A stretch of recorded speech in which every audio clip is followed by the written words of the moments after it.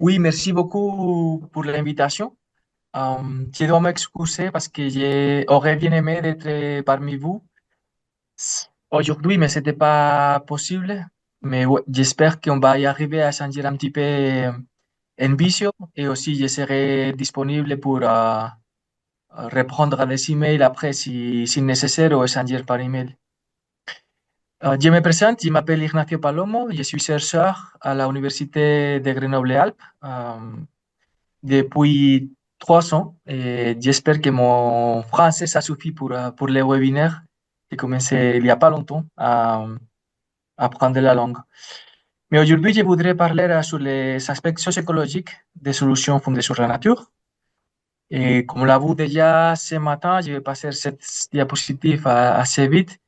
Les solutions fondées sur la nature, c'est des actions ou de protection ou de gestion durable ou de restauration pour obtenir des bénéfices de conservation de la biodiversité ou des écosystèmes, mais aussi pour obtenir des bénéfices humains. Et donc, dans ce cadre-là, c'est important que quand on regarde des solutions fondées sur la nature, d'avoir ambition sur tous les aspects d'ingénierie, d'écologie, de géologie. Mais on doit aussi comprendre que les solutions fondées sur la nature sont dans des systèmes plus larges, des systèmes socio-écologiques, comme on les appelle, où il y a l'aspect social et l'aspect écologique, et surtout qu'est-ce qu'on appelle les direct drivers of change, c'est des aspects comme les changements climatiques ou les changements d'usage des sols ou la pollution qui vont avoir des impacts sur les écosystèmes et sur les solutions fondées sur la nature. Et aussi, il y a ce qu'on appelle les services écosystémiques ou ecosystem services, qui sont toutes les contributions de la nature au bien-être humain. Et ce cadre-là, c'est le cadre qu'on utilise pour la recherche dans le groupe que je coordonne à l'Institut de géosciences de l'environnement à Grenoble et qui a commencé pour le projet MOPGA. C'était un projet Make Our Planet Great Again, avec lequel j'ai quitté l'Espagne pour venir en France. Et c'est un projet avec lequel on a développé une base de données de solutions fondées sur la nature où on a identifié autour de 100 solutions fondées sur la nature pour l'adaptation au changement climatique dans les Alpes. Et sur cette base de données, vous pouvez la trouver sur Internet. Il y a une description du projet, ils sont localisés, et il y a plusieurs informations à voir. Et donc, avec cette base de données, on a essayé de répondre à plusieurs questions de recherche. Et, notamment, on a travaillé, comme je disais avant, avec les services écosystémiques. Et on n'a pas juste travaillé avec les risques gravitationnels. Ici, on l'appellerait landslide protection, en bas à gauche, où il y a des actions de plantation, de restauration. Mais on a aussi travaillé avec des autres services écosystémiques, comme la régulation du climat pour le CO2, et comme la mitigation des vagues de chaleur et comme la régulation des inondations. Et donc, on a travaillé dans des écosystèmes humides, des écosystèmes urbains, des écosystèmes forestiers et des rivières aussi. Et vous voyez ici les images aériennes avec lesquelles on a réussi à identifier les changements d'usage des sols et les changements des écosystèmes sur le territoire. Ça, c'était un travail assez long, mais finalement, on a bien vu les changements, comme vous pouvez les voir sur les images, changements dans la forêt, des sons humides et plusieurs changements. Et donc, avec ce travail-là, une des premières questions de recherche qu'on a répondu, c'était si les coûts économiques de ces solutions fondées sur la nature, ils sont plus hauts ou plus bas que les valeurs des services écosystémiques. Et donc, vous pouvez voir sur cette diapositive quatre services écosystémiques. Et en haut à gauche, c'est la atténuation des vagues de chaleur. Euh, En plus à droite, c'est la atténuation des inondations. En bas à gauche, c'est la régulation climatique. Et en bas à droite, c'est la régulation de l'érosion. Et vous pouvez voir que pour chaque graphique, il y a quatre écosystèmes différents, la forêt, les rivières, les écosystèmes urbains et les écosystèmes humides. Et ici, cette graphique montre simplement les valeurs économiques de ces quatre services écosystémiques avant et après la mise en place des solutions fondées sur la nature.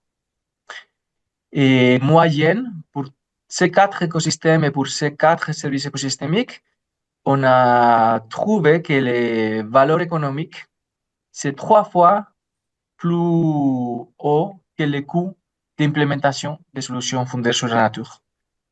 Pour obtenir ces données-là, on a cherché des informations pour connaître les coûts des solutions fondées sur la nature, sur plusieurs écosystèmes, et on a utilisé des modèles quantitatifs pour quantifier ce service écosystémique.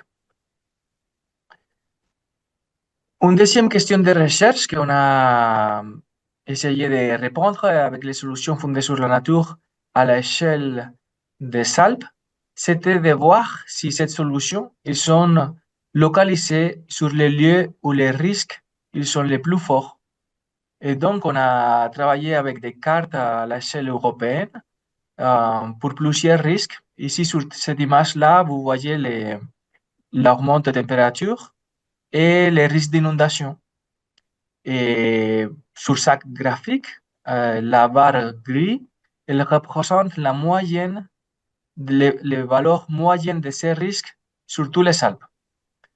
Et les barres jaunes, ils représentent les valeurs de ces risques où la solution fondée sur la nature, elle est localisée. Et donc, comme vous pouvez le voir à gauche, les solutions fondées sur la nature qui vont atténuer les risques d'un augment de la température, elles sont localisées pardon, ils sont localisés dans les endroits où les risques est plus haut que la moyenne des Alpes. Donc, c'est un bon signe, c'est une bonne localisation. Et les mêmes, ça se passe pour les solutions fondées sur la nature qui vont réduire les inondations. Ils sont en moyenne aussi dans les lieux plus hauts. Par contre, pour des autres risques, on voit qu'ils ne sont pas localisés dans les lieux où les risques ils sont plus hauts pour la mitigation de la sécheresse, pour les vagues de chaleur, pour la mitigation des risques des avalanches et pour la mitigation des risques d'effet. Et après cette analyse spatiale à grande échelle, à l'échelle européenne, on a essayé de répondre à des questions dans un contexte plutôt local, et surtout dans les contextes de décision, qu'est-ce qu'on appelle le decision-making context. Et comme vous le voyez sur les diapositives, c'est assez complexe. C'est pas des questions de recherche simples, on dirait, à répondre, parce qu'il y a plusieurs aspects importants. Il y a en plus des aspects de régulation et des incentives économiques, comme la financiation, les institutions, la législation, en relation à la solution fondée sur la nature. Il y a aussi des aspects de connaissances, on l'a vu sur les présentations précédentes, connaissances scientifiques, techniques, expérimentales, plusieurs aspects de connaissances. Et aussi, il y a l'aspect des valeurs humaines à titre surtout individuel, avec on l'appelle worldviews, des visions du monde, c'est-à-dire la perception qu'ils ont des acteurs sur les solutions fondées sur la nature et sur les écosystèmes en général, qui a bien sûr une influence pour l'implémentation des solutions fondées sur la nature. Et aussi, comme on est dans un système où les impacts du changement climatique sont clairs, ils vont être plus marqués, plus intenses et plus fréquents dans le futur. On a essayé de répondre des questions en relation à la implémentation future des solutions fondées sur la nature pour savoir si on pourra faire une implémentation à plus grande échelle pour s'adapter au changement climatique. Et là, on parle de concepts, je ne vais pas expliquer en beaucoup de détails, mais c'est des aspects relationnés con la transformation et con la amplification. C'est des aspects de restructuration, des changements d'itinéraire, d'innovation, des aspects de la selle spatiale et des aspects de la permanence des solutions fondées sur la nature. Ce travail était basé sur des entretiens qu'on a fait à des acteurs sur le terrain. Vous voyez ici les différentes solutions fondées sur la nature avec lesquelles on a fait des entretiens à les personnes qui ont implémenté cette solution. Et finalement, on est arrivé à classifier cette solution en trois types différents. La transformation locale, les Green Deal et les coproductions multi-échelles. Et je vais les expliquer tout de suite. Tout d'abord, pour savoir comment on arrivait à faire cette classification, on a travaillé avec une liste de leviers et de barrières pour l'implémentation des solutions fondées sur la nature. Et la liste elle est longue, je ne vais pas donner tous les détails, mais juste les aspects les plus importants.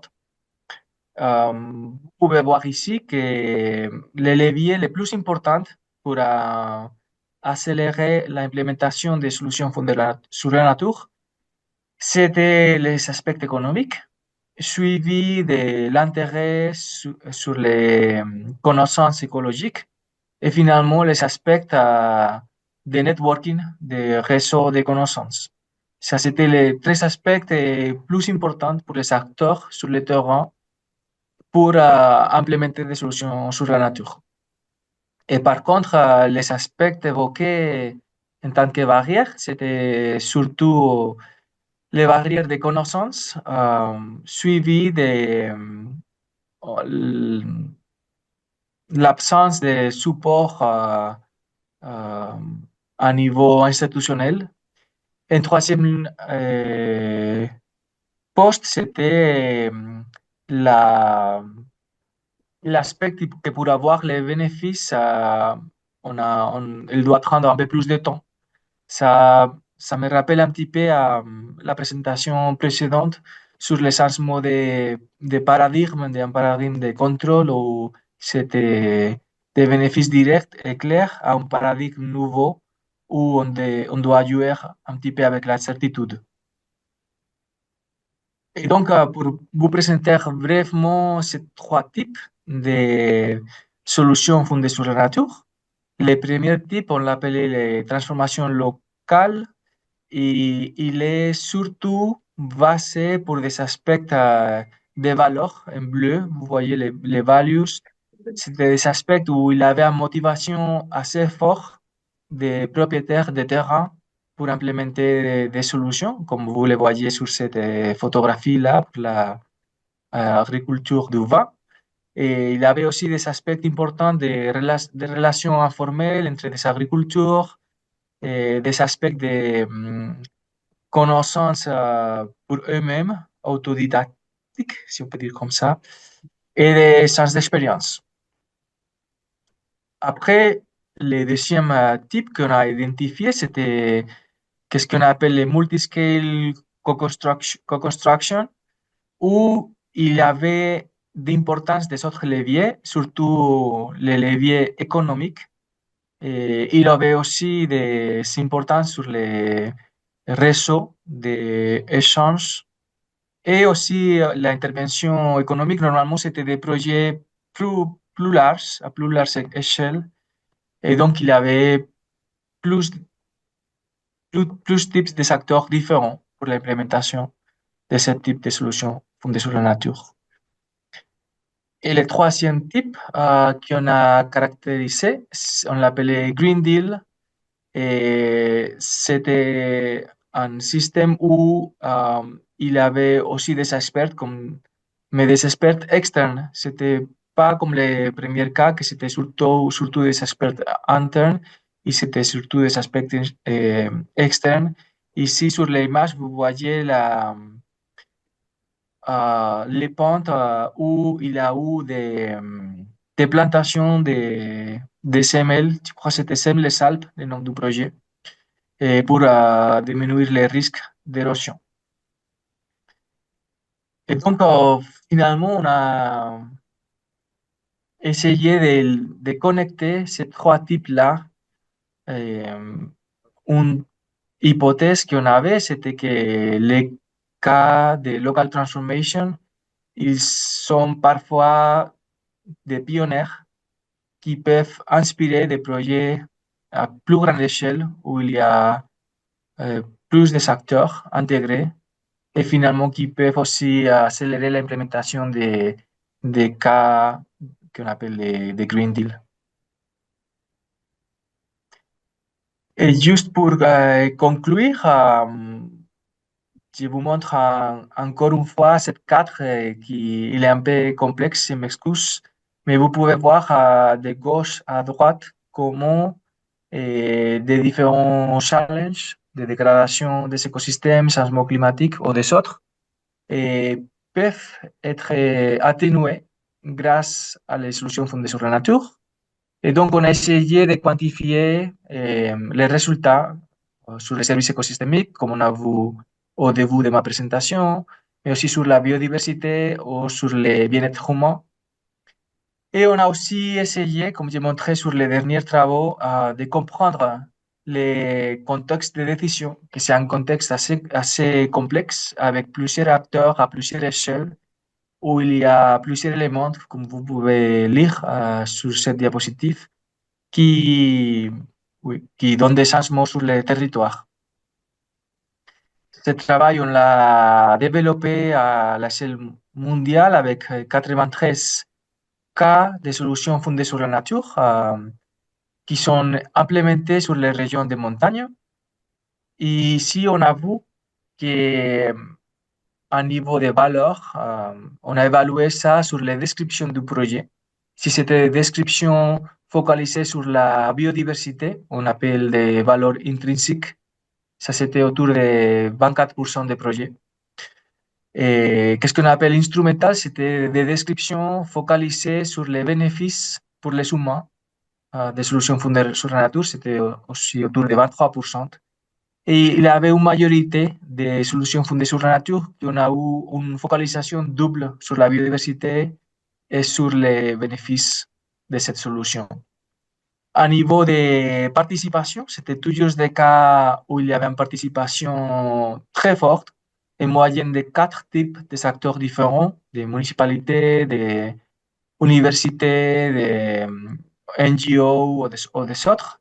Et finalement, on a identifié qu'il y avait des exemples de restauration dans la moitié des solutions fondées sur la nature, mais aussi des autres pratiques de gestion ou de monitoring ou de réduction de la pression.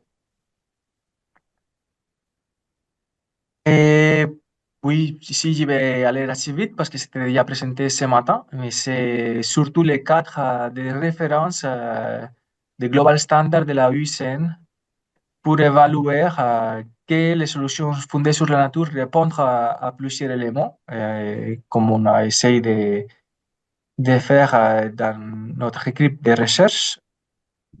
Et finalement, pour conclure, les messages à retenir, je dirais que c'est que les solutions fondées sur la nature, ils sont aussi des solutions intégrées dans un système social qu'il faut connaître.